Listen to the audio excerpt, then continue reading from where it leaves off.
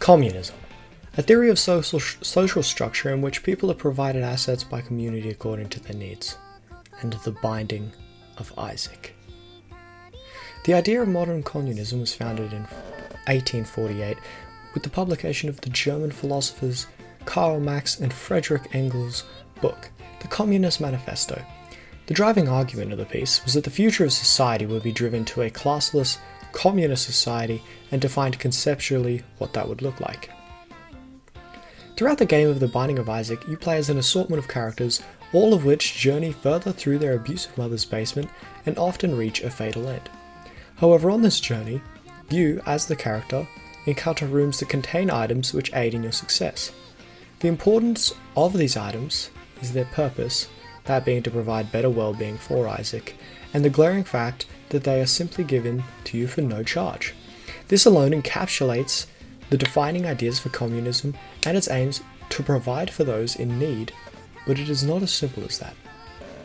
You see, the game does provide items for you for free of any charge, but so too does it contain shops in which you must pay currency, which separates it from the theoretical application of communism.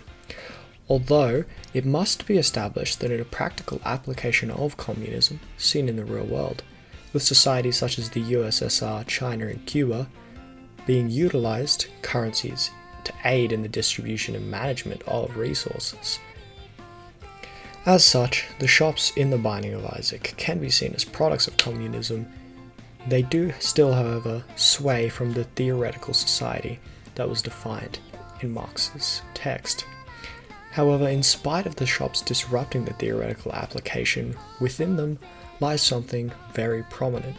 I am, of course, referring to the donation box. Currency is very clearly not in line with the established parameters of theoretical communism. However, the concept of giving away resources through donation for no additional charge to better the lives of individuals falls perfectly in line. So, with that conclusion, the systems throughout the basement can be seen as leaning towards a communist civilization. But there's one thing we haven't accounted for. Within a realized communist society, there exist no rulers of any kind, which seems no problem for Isaac until you acknowledge that on every floor exists a boss room, or more simply, a ruler of that floor.